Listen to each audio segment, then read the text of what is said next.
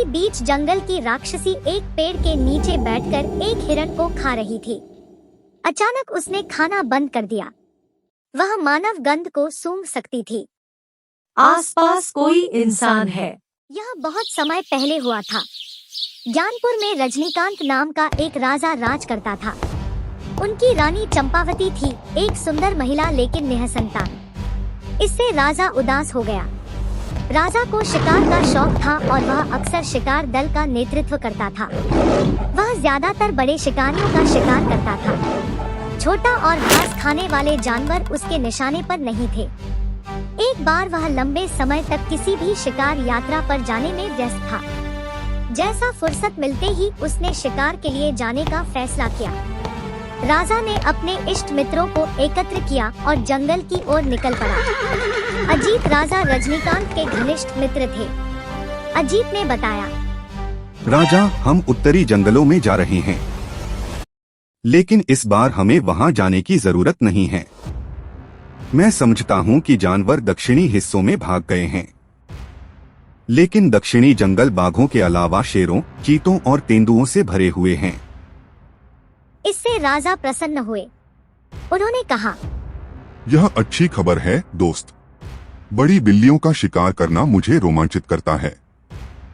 तो चलो इस बार दक्षिणी जंगलों में चलते हैं। राजा ने मानसिक रूप से गणना की कि वह कम से कम 3 शेरों या बाघों को मार डालेगा।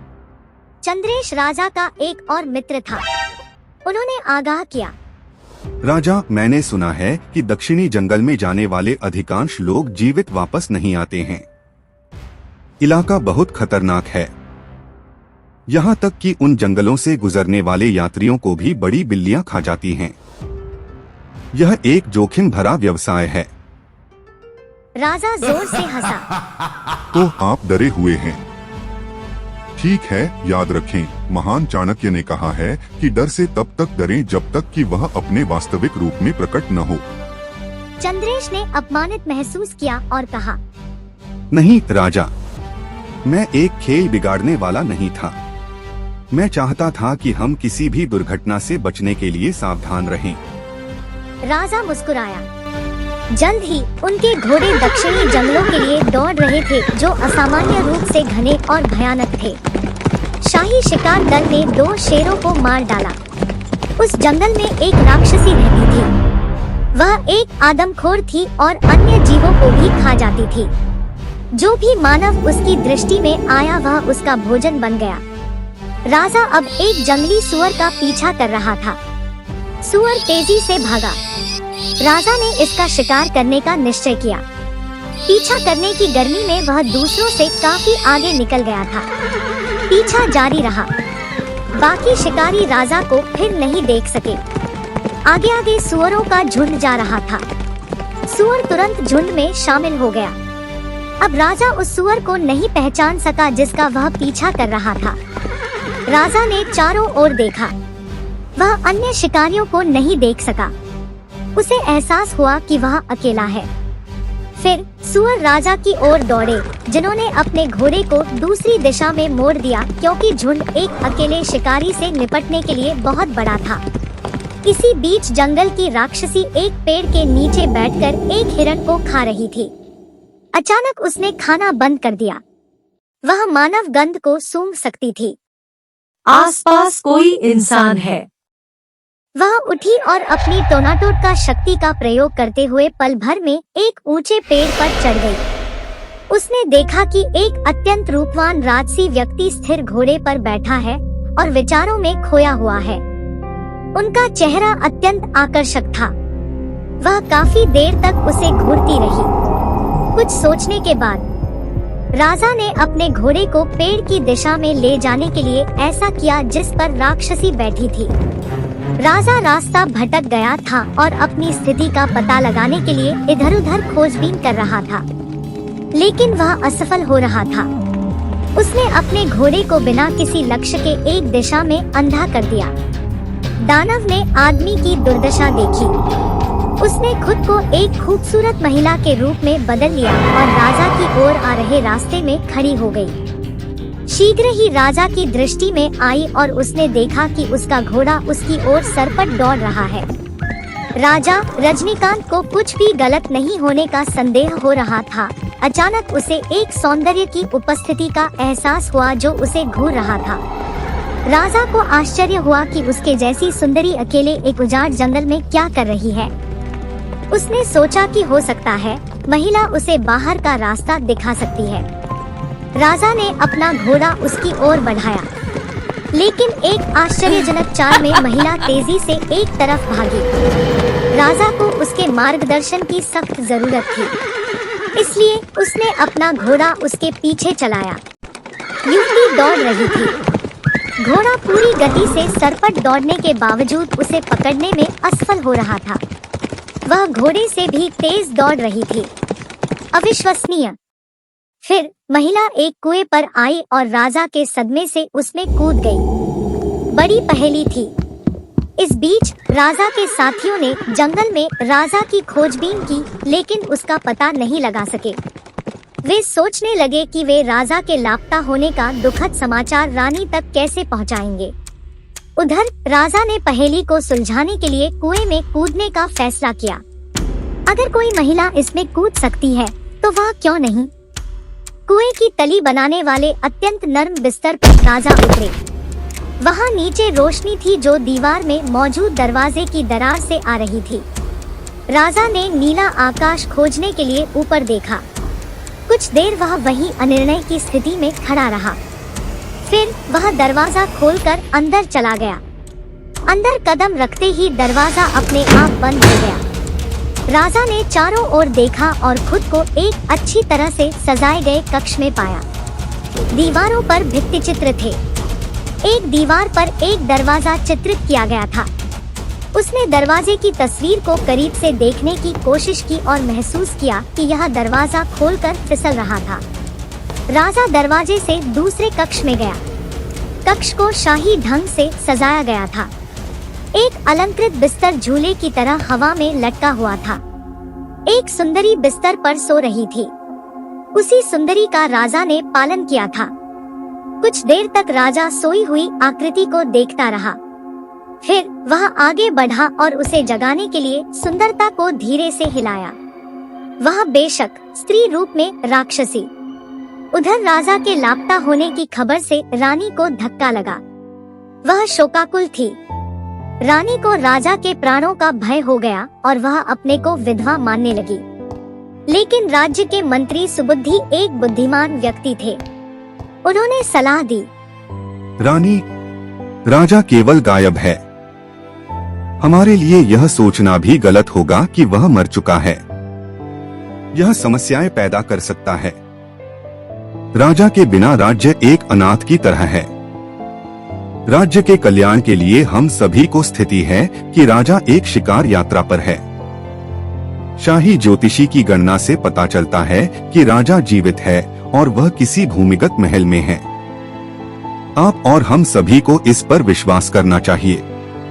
मैंने 500 सैनिकों के साथ ज्योतिषी को जंगल में भेज दिया है राजा का पता लगाने के लिए। हम जल्द ही उसे अपने बीच रखेंगे। रानी ने सुझाव स्वीकार कर लिया, लेकिन उसका शोकाकुल मिजाज नहीं बदला। वह कमजोर और सांवली हो गई। उस राक्षसी ने सुंदर स्त्री के वेश में राजा को कई दिनों तक अपने महल में बंधक बनाकर रखा। रिहाई के लिए शर्त यह थी कि उसे उससे शादी करनी होगी। राजा ने मना कर दिया। दिन बीतते गए।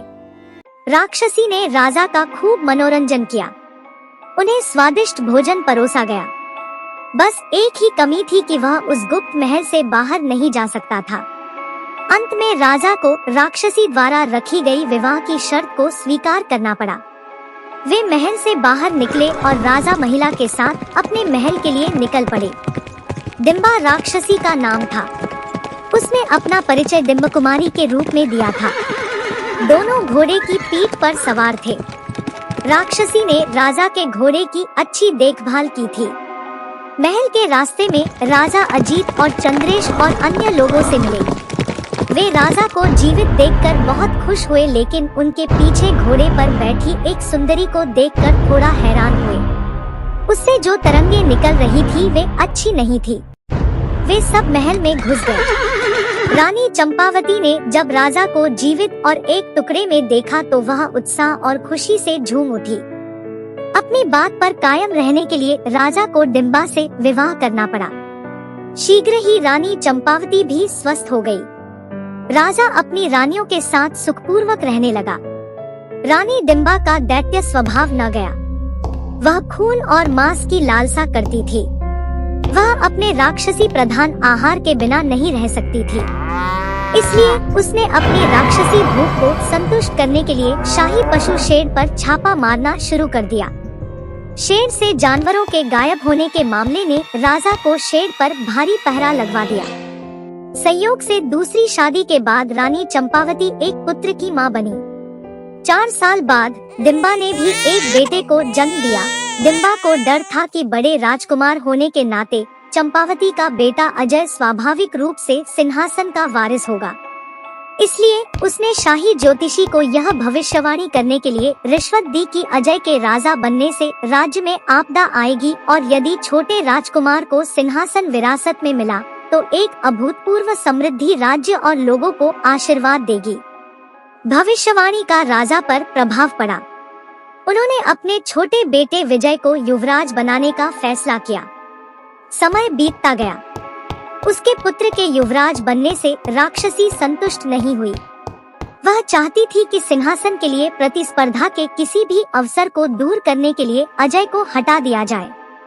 इसलिए एक रात उसने बड़े राजकुमार अजय को खा लिया। लेकिन अजय एक स्वर्गीय आत्मा थे। प्राकृतिक मृत्यु से वह वापस स्वर्ग चला गया होता। हत्या करके उनकी अप्राकृतिक मृत्यु का मतलब था कि वे 4 अन्य जीवन रूपों से गुजरने के बाद फिर से अजय के रूप में जीवित हो सकते हैं। राजकुमार के गायब होने से सभी सकते में आ गए। इस बीच अजय की आत्मा एक तोते के शरीर में प्रवेश कर चुकी थी। एक दिन जब राजा शाही बगीचे में टहल रहे थे तो उन्होंने एक तोते को देखा जो बोल रहा था। डिंबा राक्षसी, उसने मुझे रात में मार डाला, तब मुझे खा लिया और खुशी में होठों को सूंघ लिया। इसने राजा को हैरान कर दिया। तोता अजीब तरह से अजय की आवाज की नकल कर रहा था। जब डिंबा को इस बात का पता चला तो उसने एक शिकारी से तोते को मरवा डाला। तोता पक गया था। डिंबा ने उसे खाया और कुछ राजा को भी खिलाया। तोते के शरीर को छोड़ने के बाद अजय की आत्मा शाही बगीचे के फूल में रहने वाले एक हंस में प्रवेश कर गई। एक दिन जब राजा तालाब के किनारे बैठा था, हंस करीब तैर कर आया और चिल्लाया, डिंबा राक्षसी, उसने मुझे रात में मार डाला, तब मुझे खा लिया और खुशी में होठों को सूंघ लिया। राजा को बड़ी हैरानी हुई लेकिन वह पहेली को हल नहीं कर सका। जब डिंबा को हंस के बारे में पता चला तो उसने उसे मरवा दिया। हंस पक गया था।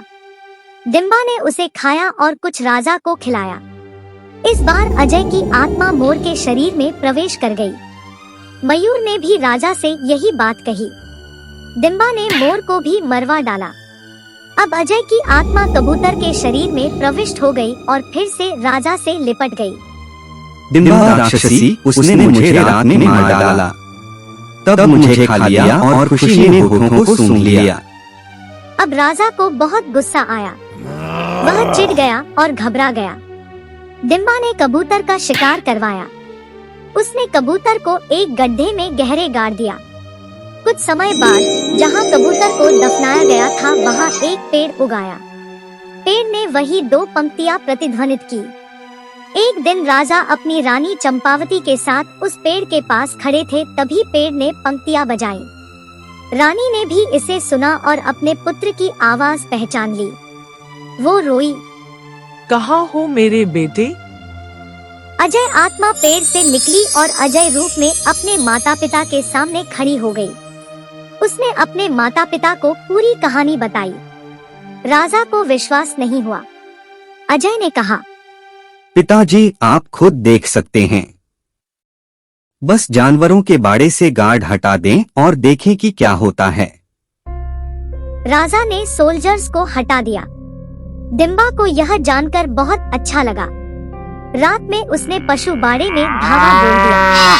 वह लंबे समय के बाद जानवरों के मांस को कच्चे रूप में खा सकती थी। भेड़शाला में उसने एक बकरी को मारा और उसका खून पिया। फिर वह कच्चा मांस खाने लगी। वह अब राक्षसी रूप में थी। राजा भौचक्के से यह सब देख रहा था।